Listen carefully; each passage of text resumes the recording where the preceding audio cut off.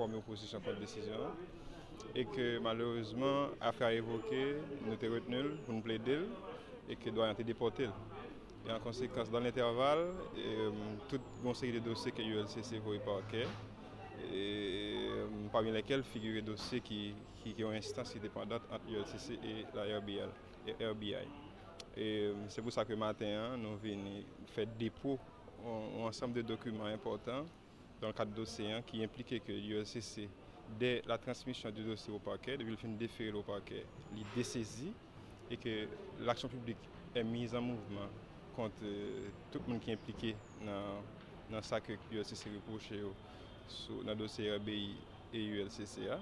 Donc nous avons juste déposé un document auprès du doyen, auprès du juge saisi, du juge délégué saisi, de référé délégué par doyen, pour informer que l'ULCC transmet et déféré dossier ça parquet parmi 11 dossiers qui publiés sur NBACEO et que toute action qui a introduit, qui a impliqué l'ULCC, nous sommes dessaisis et qu'il revient pour partie qui est intéressée, que les jeunes avec l'autorité de poursuite qui c'est le parquet, qui a fait ce que des droits. Mais nous-mêmes nous dessaisir automatiquement dès que nous déférons le dossier au parquet. Le dossier que nous avons traité qui fait RBI a été carré, la justice n'a pas nous encore.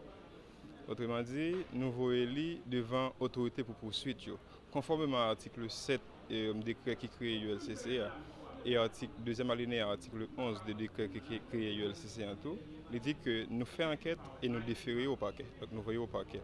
Et dans le rapport ça spécifiquement, l'ULCC déféré dossier et demandé l'autorité de poursuite pour le maintenir mesures conservatoires qui prend dans le cadre de ça pour protéger les biens publics. Et effectivement, le dossier a déféré comme ça, avec maintien mesures conservatoires et que l'autorité de poursuite qui est le parquet, le commissaire du gouvernement, c'est les qui poursuivre au nom de l'État en vertu de l'article 32 du décret de 1995. Et ce qui fait que nous sommes dessaisis. Nous sommes dessaisis, nous n'avons pas rien pour une assignation qui est signifié dans le cadre de dossier ça encore. Et que dépôt des documents, ça, de l'aide d'information que nous faisons dans le bureau juge là, avec le bureau doyen, c'est pour nous informer que dans le cadre de dossier ça, nous déférons, nous dessaisissons, il n'y a pas qu'à signer nous encore, et que toute éventuelle décision que tu prends contre l'ULCC dans le cadre de dossier ça, l'a fait en violation de la loi, l'a fait en marge de la loi, et il a créé toute suspicion que n'importe qui a gagné sur une décision de justice. So, nous déposons le dossier avec toute explication. Au cas où le juge a osé tendre, nous accompagnons l'acte d'opposition qui a moyen que nous développer dans l'acte d'opposition.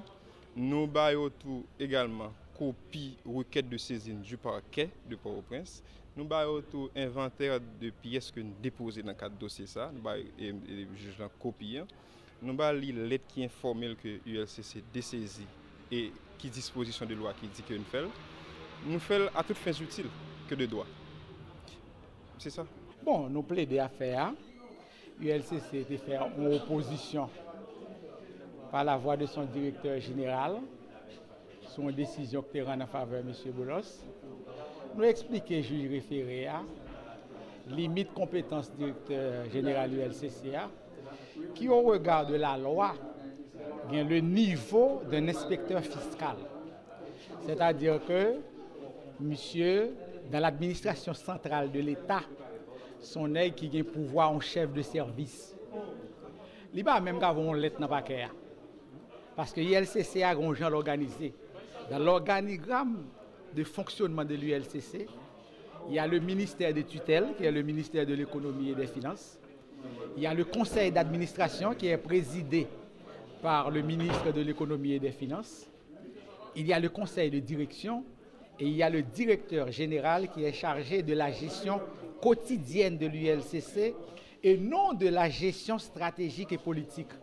Donc ce qui revient à dire que le directeur général de l'ULCC ne peut prendre aucune décision sans l'autorisation du ministère de l'économie et des finances. Il ne peut pas se présenter en justice. Il n'a pas la qualité, il n'a pas le pouvoir. Donc nous expliquer, je lui référer à ça, nous expliquer, juge référé, que l'unité de lutte contre la corruption est une unité administrative et que le droit de geler les comptes des citoyens ou d'émettre un ordre d'amener, un ordre de recherche, ce sont des mesures qui appartiennent exclusivement aux autorités judiciaires. Un directeur général qui, au regard de la loi, a la compétence d'un simple inspecteur fiscal, il n'a pas le pouvoir de mettre un mandat d'amener. Il n'a pas le pouvoir de geler les comptes des citoyens. Donc ce sont des ordres arbitraires et illégaux qui, normalement, comme l'avait dit le premier juge, sont des ordres inopérants. Et nous avons demandé au juge de confirmer ces ordres. Évidemment, l'ULCC n'a pas combattu les exceptions et défenses soulevées par Pierre-Réginald Bolos. Il n'a pas de moyen pour le faire ça. Il a seulement dit, le juge référé à, que ils vont l'aide bali pour dire que le dossier a pas dans mélancole dévoilé dans le paquet. Le juge n'est pas saisi de ça.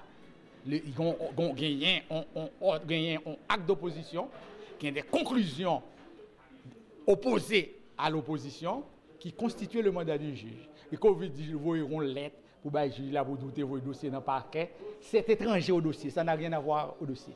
Et nous attendons la décision du juge. Gilles Brady Fabien, il ne peut pas décider. Il demande des dépôts des pièces pour le 40 décision.